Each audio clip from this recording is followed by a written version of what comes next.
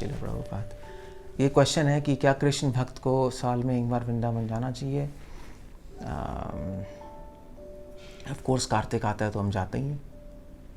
कार्तिक बनाया ही इसलिए गया है भगवान ने महीना कि सब लोग वृंदावन आके कार्तिक में विजिट करें वृंदावन को। ये कार्तिक महीने की महिमा है।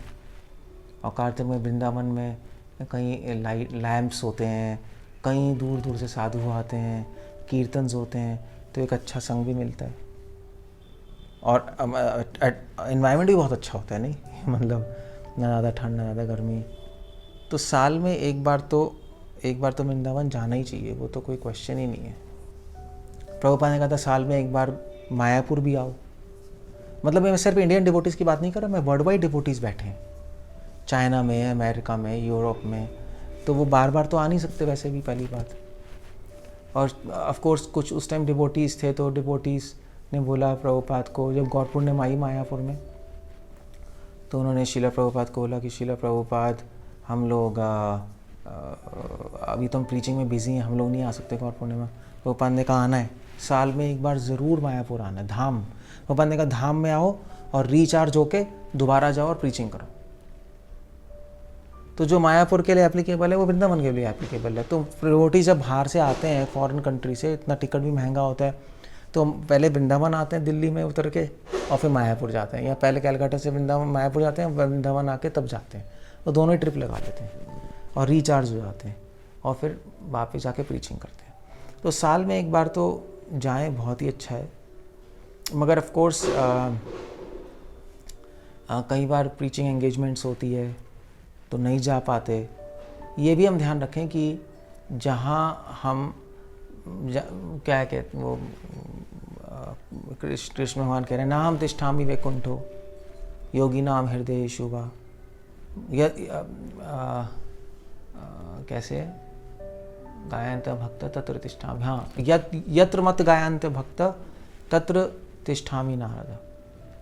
कह रहे हैं जहाँ मैं वैकुंठ में नहीं हूँ, मैं योगियों के हृदय में नहीं हूँ, जहाँ मेरे भक्त कीर्तन करते मैं वहीं हूँ, और जहाँ कृष्ण है वहीं वृंदावन है। तो ये भी दूसरा दृष्टिकोण है देखने का।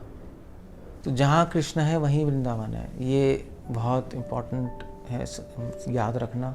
ये कई बार लोग बिज़ी होते हैं, बहुत ज़्यादा बिज़ी होते हैं, और ऐसा भी होता है कि जब कार्तिक के महीने होते हैं तो हर एक के अपने अपने मंदिरों में प्रोग्राम्स होते हैं, वहाँ पे भी तो डिवोटीज आते हैं फॉरेन कंट्रीज़ में, तो आना संभव नहीं होता। गौर पूर्णिमा भी अपने अपने मंदिरों में सेलिब्रेट करना होता है, तो हर डिवोटी के लाना संभव नहीं होता। तो कई मंदिरों में क्या होता है, एक साल एक बैच जाता है और दूसरा साल दूसरे बैच जाता है, तो वो उस केस में हर डिवोटी नहीं आ सकता हर साल वृंदावन, क्योंकि सेवा सबसे ऊपर है। सबसे पहले प्रभुपाद ने आइडिया बताया था कि आओ रिचार्ज हो, मगर काफ़ी चीज़ें होती हैं तो उसमें डिवोटी शायद ना आ पाए। अगर सेवा है तो सेवा और बहुत इम्पोर्टेंट है, अर्जेंट है और नीड है, और आप ही मंदिर में और कोई है भी नहीं संभालने वाला उस सेवा को, तो फिर आने की कोई ज़रूरत नहीं। कई डिवोटीज़ हैं वर्ल्ड वाइड जो बहुत सिंसियर हैं, तो 6-7 साल से आए ही नहीं वृंदावन। इंडिया ही नहीं आया तो वृंदावन क्या जाएंगे, मायापुर क्या जाएंगे।